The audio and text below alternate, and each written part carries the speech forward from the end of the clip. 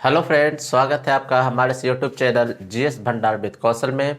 पिछले वीडियो में हम लोग सिख आंदोलन से रिलेटेड 10 गुरु का इतिहास पढ़ चुके हैं, जिसमें 10 गुरु में मुख्य रूप से आपका गुरु नानक, गुरु अंगद, गुरु अमरदास, गुरु रामदास, गुरु अर्जुन देव, गुरु हरगोविंद, हरराय, हरकिशन, गुरु तेग बहादुर और सिखों के जो सबसे लास्ट और अंतिम गुरु थे, 10वें गुरु थे, गुरु गोविंद सिंह। ये सब का हम अध्ययन पिछले वीडियो में कर चुके हैं। आज हम उसके आगे की कहानी पढ़ने वाले हैं। तो जब 1708 ईस्वी में सिखों के 10वें गुरु गुरु गोविंद सिंह की हत्या हो जाती है नांदेड़ महाराष्ट्र में, उसके बाद जो सिखों के नेतृत्वकर्ता के रूप में आगे उभर के आते हैं वो गुरु गोविंद सिंह के ही एक प्रिय शिष्य होते हैं। उनका नाम होता है बंदा बहादुर। यही बंदा बहादुर आगे सिखों का नेतृत्वकर्ता के रूप में उभर कर आते हैं। तो क्या था बंदा बहादुर का इतिहास, ये हम जानने का प्रयास करते हैं। तो बंदा बहादुर का जो शासनकाल था ये 1708 से 1716, यानी कि जब गुरु गोविंद सिंह की हत्या हो जाती है तो 1708 ईस्वी में ये बंदा बहादुर सिखों के नेतृत्वकर्ता के रूप में आते हैं। बंदा बहादुर जम्मू के रहने वाले होते हैं और इनका बचपन का नाम लक्ष्मण दास था। चूँकि ये बैराग ग्रहण कर लेते हैं इसलिए इनका एक और नाम पड़ जाता है माधव दास बैरागी, अर्थात माधव दास बैरागी के नाम से आपको बंदा बहादुर को ही जाना जाता था। गुरु गोविंद सिंह इन्हें प्यार से गुरु का बंदा भी कहा करते थे। गुरु का बंदा या फिर कहीं कहीं आपका खुदा का बंदा भी दिया जाता है। तो गुरु का बंदा या खुदा का बंदा आपका बंदा बहादुर को ही कहा जाता है। इसके अलावा गुरु गोविंद सिंह ने बंदा बहादुर का एक और नया नाम रखा था, जो क्या था, गुरु बखिया सिंह।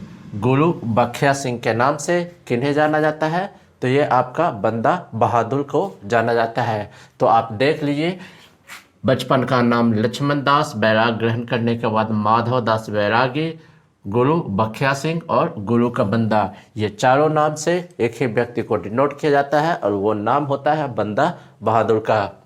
इसके अलावा सिखों के ये प्रथम राजनीतिक नेता के रूप में उभर के सामने आते हैं। चूँकि इससे पहले जितने भी गुरु हुए थे वो सब का इतिहास जो रहा था वो धार्मिक रहा था। जो बंदा बहादुर होते हैं वो अपनी राजधानी लोहगढ़ में बनाते हैं। सबसे पहला सवाल ये आ जाता है कि बताइए ये जो लोहगढ़ क्षेत्र था इसको बसाया किसने था, तो वो गुरु गोविंद सिंह ने बसाया था। लेकिन इसको अपनी राजधानी के रूप में बंदा बहादुर इसे बनाता है। तो लोहगढ़ को राजधानी के रूप में बंदा बहादुर बनाता है, लेकिन लोहगढ़ को शहर के रूप में किसने बसाया था, तो गुरु गोविंद सिंह। इसके बाद बंदा बहादुर को 1716 ईस्वी में फर्रुखसियर के द्वारा फांसी की सजा दे दी जाती है। आपको फर्रुखसियर 1716 ईस्वी में फांसी की सजा दे दी जाती है बंदा बहादुर को। ये उत्तर मुगल काल के वीडियो में हम अच्छे तरीके से बता चुके हैं, तो आप वहाँ पे भी जाके दे सकते हैं। बस यहाँ पे ये ध्यान रखिए कि बंदा बहादुर की हत्या 1716 ईस्वी में फर्रुखसियर के द्वारा हो जाती है। इसके अलावा बंदा बहादुर ने क्या उपलब्धि हासिल किया, क्या क्या इसने अपने क्षेत्र में काम किए, तो इसने गुरु नानक और गुरु गोविंद सिंह के नाम के सिक्के चलवाए थे। साथ ही साथ इसने एक अपने राज्य की एक मोहरे भी बनवाई थी।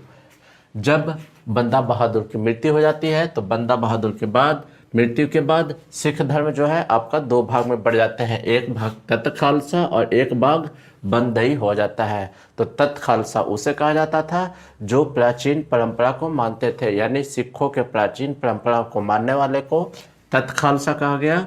और बंदा बहादुर के जो अनुयायी थे अर्थात इनके अनुयायी को बंदई कहा गया। तो ये पॉइंट आपको ध्यान रखना है। तो बंदा बहादुर से आपको इतना पॉइंट ध्यान में रखना है कि बंदा बहादुर जम्मू के रहने वाले थे, बचपन का नाम लक्ष्मण दास, बैराग ग्रहण करने के बाद इनका नाम माधव दास बैरागी रखा गया। गुरु गोविंद सिंह ने इनका नाम गुरु बखिया सिंह भी रखा था। साथ ही साथ गुरु का बंदा या फिर खुदा के बंदा के नाम से बंदा बहादुर को ही जाना जाता है। चूँकि ये सिखों के प्रथम राजनीतिक नेता के रूप में उभरते हैं और इनकी जो अपनी सबसे पहली राजधानी बनाते हैं वो लोहगढ़ को बनाते हैं।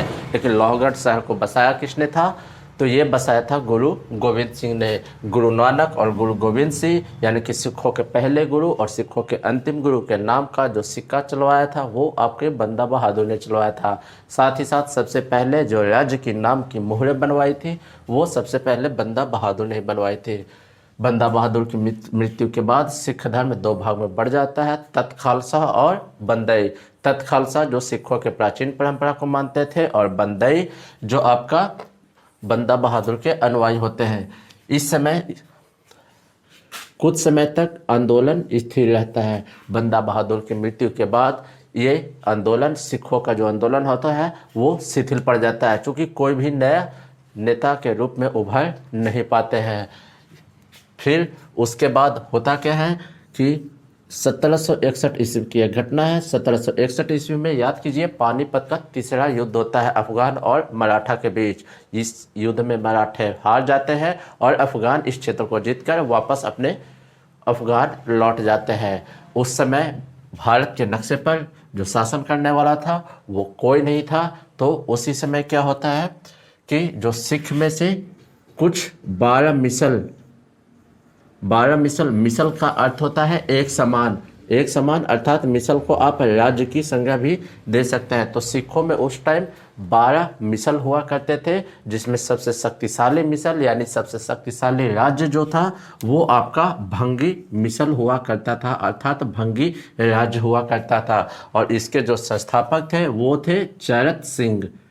भंगी मिसल के जो संस्थापक थे वो चरत सिंह थे और इस भंगी मिसल का अमृतसर पर कब्जा होता है।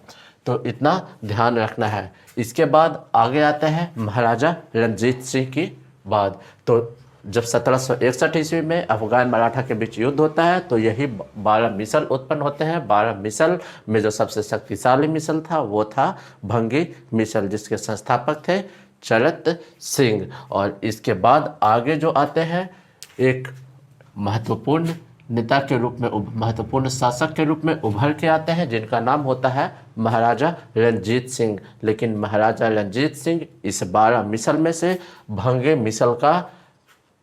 मिसल का ये नहीं होते हैं, ये होते हैं आपके शुक्र चकिया मिसल के। तो भंगे मिसल शक्तिशाली उस समय सबसे ज़्यादा था, लेकिन जो महाराजा रणजीत सिंह होते हैं वो शुक्र चकिया मिसल से आते हैं। तो यह आपको ध्यान रखना है। तो महाराजा रणजीत सिंह 1780 से 1839 यानी कि 1780 में जन्म लिए थे, 1839 में इनका मृत्यु हो गया था। महाराजा रणजीत सिंह का हिस्ट्री देखा जाए तो महाराजा रणजीत सिंह का जन्म 1780 में होता है। इनके पिता महासिंह होते हैं। महासिंह की मृत्यु होने के बाद ही ये शुक्र चकिया मिसल के प्रधान बन जाते हैं। कौन? तो महाराजा रणजीत सिंह। एक घटना है कि जब 1799 के आसपास की घटना है कि जो अफ़गान शासक थे, जो अहमद शाह अब्दाली, जो अफ़गानों का था, अगर ये समझिए थोड़ा सा, अगर ये आपका भारत है तो ये भारत के बाहर ये पाकिस्तान हो जाता है, ये आपका अफ़गानिस्तान। चूँकि उस टाइम पाकिस्तान भारत एक ही था, तो ये अफ़गानिस्तान से भारत वाले क्षेत्र पर, भारत के पश्चिमोत्तर भारत वाले क्षेत्र पर अहमद शाह अब्दाली का जो पौत्र होता है जिसका नाम था जमान शाह, वो पंजाब वाले क्षेत्र पर आक्रमण कर देता है। आक्रमण करने के साथ ही जब ये इस क्षेत्र में आ रहा होता है उसी समय आपके अफ़गानिस्तान वाले क्षेत्र में आंतरिक अशांति फैल जाती है, जिसके कारण जमान शाह को वापस अपने क्षेत्र लौटना पड़ता है। और इसी वापस लौटने के क्रम में उसकी जो कुछ महत्वपूर्ण तोपें होती है वो चिनाब नदी में गिर जाती है, जिसे सुरक्षित वापस निकलवा कर महाराजा रणजीत सिंह जो होते हैं वो जमान शाह के यहाँ वापस भिजवा देते हैं। इससे खुश होकर जमान शाह महाराजा रणजीत सिंह को राजा की उपाधि देता है एवं लाहौर क्षेत्र उसके अधीन कर देता है, अर्थात लाहौर का सूबेदार भी महाराजा रणजीत सिंह को बना देता है। तो जमान शाह का आक्रमण पंजाब वाले क्षेत्र पे होता है। कुछ तोपें वापस लौटने के क्रम में चिनाब नदी में गिर जाती है और उसे फिर राजा रणजीत सिंह वापस कर देता है। इससे खुश होकर महाराजा रणजीत सिंह को राजा की उपाधि प्रदान करता है। कौन? तो आपका जमान शाह, और लाहौर क्षेत्र को उसे दे देता है, अर्थात लाहौर क्षेत्र का जो सूबेदार बना दिया जाता है वो महाराजा रणजीत सिंह को।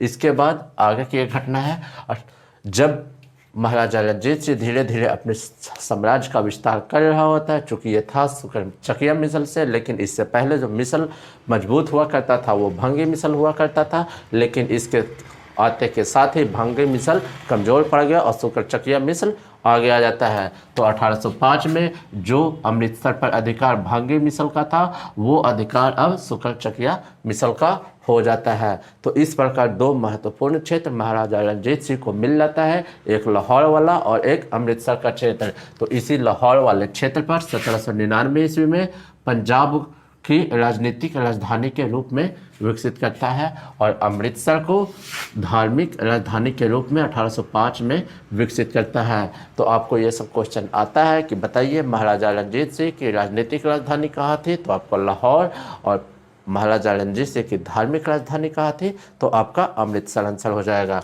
कब थी, तो 1799 में। ये कब बनी, तो 1805 ईस्वी में। इसके बाद महाराजा रणजीत सिंह जो है अपने सैन्य प्रशासन को मजबूत बनाने के लिए कुछ फ्रांसीसी वैज्ञानिकों से भी सहायता, कुछ फ्रांसीसी विशेषज्ञों से भी सहायता लिया करते थे। जैसे अपनी सेना को मजबूत बनाने के लिए ये फ्रांसीसी विशेषज्ञ का सहारा लेते थे। जैसे तोप बनाने की फैक्ट्री को लेकर ये फ्रांसीसी विशेषज्ञ कोर्ट और गार्डनर के सहयोग से लाहौर में एक तोप बनाने की फैक्ट्री स्थापित करते हैं। तो आपको ये क्वेश्चन आ सकता है, आता भी है और आया भी है कि बताइए जो महाराजा रणजीत सिंह है वो तोप बनाने की फैक्ट्री कहाँ स्थापित करते हैं, तो लाहौर में स्थापित करते हैं। किसके सहयोग से, तो फ्रांसीसी विशेषज्ञ से। कौन थे फ्रांसीसी विशेषज्ञ, तो आपका कोर्ट और गार्डनर थे। इसके साथ ही इनके पैदल सैनिक जिनको फौज ए आइन कहा जाता था, महाराजा रणजीत सिंह के पैदल सैनिक को फौज ए आइन कहा जाता था और इसे भी इन्होंने कुशल बनाया था, जिसे वेंचुरा और एलार्क की मदद से, एलार्क और वेंचुरा जो फ्रांसीसी विशेषज्ञ ही थे, उन्होंने पैदल सैनिक को, जिसे फौज ए आइन कहा जाता था, इसको भी उन्होंने कुशल नेतृत्व प्रदान किया था एलार्क और वेंचुरा की मदद से। साथ ही साथ इन्होंने लाहौर में एक उच्च न्यायालय की स्थापना भी करवाई, जिसे अदालत उल आला कहा जाता है, अदालत उल आला कहा जाता है। इसके साथ ही साथ चूंकि ये निरंकुश शासक के रूप में रहते हैं, लेकिन फिर भी सरकार का इस पर सबसे ज़्यादा नियंत्रण होता है, इसलिए खालसा का इस पर सबसे ज़्यादा नियंत्रण होता है। इसलिए महाराजा रणजीत सिंह के सरकार को सरकार खालसा के नाम से भी जानते हैं। तो सरकार खालसा के नाम से किन्हें जाना जाता है, तो महाराजा रणजीत सिंह के साम्राज्य को जाना जाता है। साथ ही भू राजस्व के क्षेत्र में भी इन्होंने काफ़ी सुधार किया था, जिसमें मुख्य रूप से जो लगान पहले जितना उपज होता था उसका 2/5 भाग लिया जाता था, अब वो 2/5 न होकर 1/3 ही रह गया था। यानी कि जो लगान वसूला जाता था वो 2/5 से 1/3 वसूला जाता था। तो ये आपका महाराजा रणजीत सिंह से रिलेटेड कुछ पॉइंट है। अब महाराजा रणजीत सिंह और अंग्रेजों के बीच क्या झड़प हुई उसके बारे में थोड़ा सा हम पढ़ लेते हैं, थोड़ा सा जान लेते हैं। तो महाराजा रणजीत सिंह और अंग्रेजों के बीच में जो कुछ मुठभेड़ हुआ वो हम जानने का प्रयास करते हैं। सबसे पहली घटना है 1805 की। आपको याद होगा 1805 में ही अमृतसर को भंगी मिसल से छीन लिया गया था शुक्र-चकिया मिसल के महाराजा रणजीत सिंह के द्वारा, और उसे धार्मिक राजधानी के रूप में विकसित किया जाता है।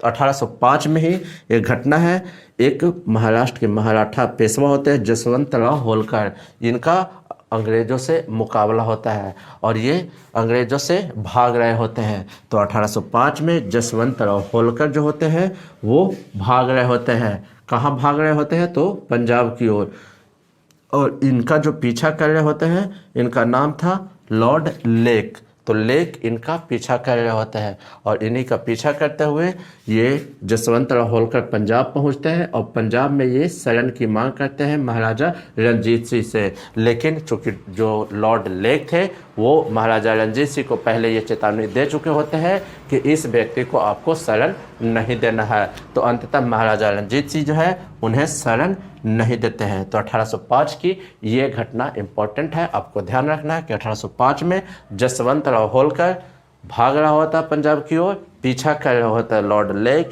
महाराजा रणजीत सिंह इनको शरण नहीं देते हैं। इसके बाद की एक घटना आगे है 1808 ईस्वी में। 1808 ईस्वी में महाराजा रणजीत सिंह अपने सैन्य शक्ति के दम पर जो सतलज नदी के पार का जो क्षेत्र होता है, जैसे फरीदकोट, मालेर कोटला और अंबाला, ये सब को जीत लेते हैं। 1808 में ये सब जो जितना भी क्षेत्र है, फरीदकोट, मालेर कोटला और अंबाला, ये सब सतलज नदी के पार का क्षेत्र है और इसको जीत लेते हैं। लेकिन 1808 ईस्वी के पास में ही ये आपका भारत का घटना है, लेकिन वर्ल्ड लेवल पे क्या हो रहा था, वर्ल्ड लेवल पे एक बहुत बड़ी युद्ध छिड़ी हुई थी, जिसमें नेपोलियन, जो फ्रांस का नेपोलियन है, वो संपूर्ण विश्व को जीतने का ठाना हुआ रहता है और लगभग सभी क्षेत्र पर अपना अधिकार करते हुए ये भारत पहुंचने की ओर अग्रसर रहता है। इसी का भय कहीं ना कहीं आपका अंग्रेजों को भी होता है, इसलिए ये अपना कुछ राजदूत जो होता है वो भारत के पंजाब वाले क्षेत्र में, ईरान वाले क्षेत्र में और अफगानिस्तान वाले क्षेत्र में भेजता है, जिसमें 25 अप्रैल, मुख्य रूप से 25 अप्रैल 1809 ईस्वी को, यह डेट याद रखना, 25 अप्रैल 1809 ईस्वी को लॉर्ड मिंटो के दूत बनकर आते हैं कौन, तो चार्ल्स मेटकॉफ। तो चार्ल्स मेटकॉफ और रणजीत सिंह के बीच एक संधि होती है 1809 ईस्वी में। चूँकि ये संधि अमृतसर में होती है, इसलिए अमृतसर की संधि भी इसे कहा जाता है। तो अमृतसर की संधि आपका 25 अप्रैल 1809 को होती है। किसके बीच होती है, तो चार्ल्स मेटकॉफ और रणजीत सिंह के बीच होती है। क्या था इस संधि में, तो इस संधि के तहत जो सतलज नदी का जो पूर्वी भाग होगा वो अंग्रेजों के अधीन होगा, बाकी पश्चिमी भाग पर महाराजा रणजीत सिंह का हक होगा। इसके बाद धीरे धीरे महाराजा रणजीत सिंह जो है 1818 में मुल्तान पर, 1819 में कश्मीर पर और 1823 में पेशावर पर भी अपना अधिकार जमा लेते हैं। 1818 में मुल्तान, 1819 में कश्मीर, 1823 में पेशावर। और इसी के बाद ही जो अफ़गानिस्तान के जो शासक होते हैं वो यहाँ से भाग खड़े होते हैं और वहाँ का जो शासक होते हैं अफ़गानिस्तान में, जो अहमद शाह अब्दाली का जो पौत्र होता है, जिसका नाम था आगे शाह शुजा। तो शाह शुजा, ये जो शाह शुजा के पास जो कोहिनूर हीरा होता है, तो कोहिनूर हीरा वो रणजीत सिंह को वापस कर देता है। तो क्या था कोहिनूर हीरा और क्या रहा कोहिनूर हीरा का इतिहास, ये हम अगले या किसी एक वीडियो में हम केवल कोहिनूर हीरा के बारे में आपको बता देंगे। फिलहाल इतना ध्यान रखिए कि शाह शुजा से रणजीत सिंह को कोहिनूर हीरा प्राप्त हो जाता है। लेकिन अगले कुछ ही वर्षों बाद 1839 ईस्वी में महाराजा रणजीत सिंह की मृत्यु हो जाती है। अब महाराजा रणजीत सिंह की जैसे ही मृत्यु हो जाती है, उसके बाद जो आने वाले शासक थे वो अयोग्य शासक के रूप में उभर के आते हैं। इनका अयोग्य पुत्र था, यानी कि ये जिनका नाम था खड़क सिंह। 1839 में मृत्यु होती है। 1839 के बाद का जो टाइम पीरियड होता है पंजाब के लिए, जो 1840 से 45 का जो पंजाब जो होता है वो घोर अराजकता का वर्ष के रूप में माना जाता है, गिना जाता है। चूँकि इसके बाद महाराजा रणजीत सिंह के बाद ये सब खड़क सिंह, नौनिहाल सिंह, शेर सिंह, ये सब सत्ता के लोभ में आपस में ही उलझ जाते हैं और इन्हें जो पंजाब का शासन ढंग से चलाना होता है वो नहीं चल पा रहा होता है। इसी का फ़ायदा आपका अंग्रेज उठाते हैं और अंग्रेज इन सबों को आपस में उलझा देते हैं और अंग्रेज और सिखों के बीच युद्ध कर पंजाब को अंततः वापस अपने अंग्रेजी साम्राज्य में मिला लेते हैं। तो 1840 से 45 तक पंजाब घोर अराजकता का वर्ष रहा और इसी का फ़ायदा अंग्रेज उठा के पहला आंग्ल सिख युद्ध, यानी कि अंग्रेजों और सिखों के बीच जो पहला युद्ध होता है वो 1845 से 46 के बीच में होता है और पहले आंग्ल सिख युद्ध में सिखों की पराजय हो जाती है। इसमें अंग्रेजों और सिखों के बीच 1846 ईस्वी में एक संधि की जाती है जिसका नाम है लाहौर की संधि। 1846 ईस्वी में लाहौर की संधि की जाती है। इस लाहौर की संधि के तहत क्या था, तो जो महाराजा रणजीत सिंह के जो सबसे छोटे पुत्र थे जिनका नाम था दलीप सिंह, उन्हें महाराजा बना दिया जाता है एवं उनकी माँ बीबी साहिबा को उनका संरक्षिका बनाया जाता है। लेकिन 1846 ईस्वी में ही एक भैरवाल की संधि होती है जिसके तहत इन दोनों को अलग अलग कर दिया जाता है। तो प्रथम आंग्ल सिख युद्ध क्या था, ये आपको ध्यान रखना है। 1845 से 46 में यह घटनाएं घटी थी। इसके बाद द्वितीय आंग्ल सिख युद्ध जो आपका 1848 से 1849 तक घटित हुआ था। क्या था इसका मुख्य कारण, तो मुल्तान में जो पंजाब का एक प्रांत था, तो मुल्तान में मूल राज के द्वारा किया गया आक्रमण ही, यानी कि समझिए इसे तत्कालिक कारण के रूप में आप ले सकते हैं। तो मुल्तान में मूल राज द्वारा किया गया आक्रमण ही द्वितीय आंग्ल सिख युद्ध का मुख्य कारण बना था। इसी युद्ध के तहत एक चिलियानवाला नामक जगह पे एक युद्ध हुआ था। चिलियानवाला का युद्ध जिसका नेतृत्व एलेक्जेंडर गफ कर रहे होते हैं अंग्रेजों की तरफ से, और सिखों की तरफ से होते हैं शेर सिंह। इस युद्ध में अंग्रेजों को भरपूर क्षति होती है, और इस क्षति, हालांकि अंग्रेज लगभग विजयी होते हैं लेकिन इन्हें भरपूर क्षति होती है। इसके बाद जो अंग्रेजी सेनापति होते हैं एलेक्जेंडर गफ, इन्हें हटाकर अगले सेनापति के रूप में चार्ल्स नेपियर को भेजा जाता है, और चार्ल्स नेपियर इस युद्ध को पूर्ण रूप से जीत जाते हैं। तो ये आपका द्वितीय आंग्ल सिख युद्ध का इतिहास रहा। और अंततः चार्ल्स नेपियर जब अंग्रेजी साम्राज्य को जीत लेते हैं, तो जो लॉर्ड डलहौजी जो गवर्नर हुआ करता था, जो गवर्नर जनरल हुआ करता था, फाइनली 29 मार्च 1849 ईस्वी को डलहौजी पंजाब का जो विलय है वो अंग्रेजी साम्राज्य में कर लेता है। तो ये रहा था आपका इतिहास आपका पूरे पंजाब का। इसके साथ ही जब पंजाब का विलय कर लेता है, तो जो महाराज होते हैं दलीप सिंह और उनकी पत्नी को 5 लाख रुपए वार्षिक पेंशन पर इंग्लैंड भेज दिया जाता है। और जो कोहिनूर हीरा रणजीत सिंह के पास था, रणजीत सिंह के बाद उनके दलीप सिंह के पास आया, तो ये कोहिनूर हीरा वापस इन्हीं के साथ में, दलीप सिंह के साथ में इंग्लैंड चला जाता है, और ये कोहिनूर हीरा महारानी विक्टोरिया को दे दिया जाता है। आज भी ये कोहिनूर हीरा आपका इंग्लैंड के म्यूजियम में, यानी कि इंग्लैंड की महारानी के पास सुरक्षित रूप से रखा हुआ है। तो ये था आपका पंजाब का संपूर्ण इतिहास। तो सिख आंदोलन के बारे में हम लोग कल से स्टार्ट किए थे पहले वीडियो में, और ये दूसरे वीडियो में संपूर्ण पंजाब आपका खत्म हो गया। तो इसे बार बार रिवीजन कीजिए, अच्छे ढंग से इसका नोट्स बना के तैयारी कीजिए। फिर मिलते हैं अगले वीडियो में, तब तक के लिए धन्यवाद।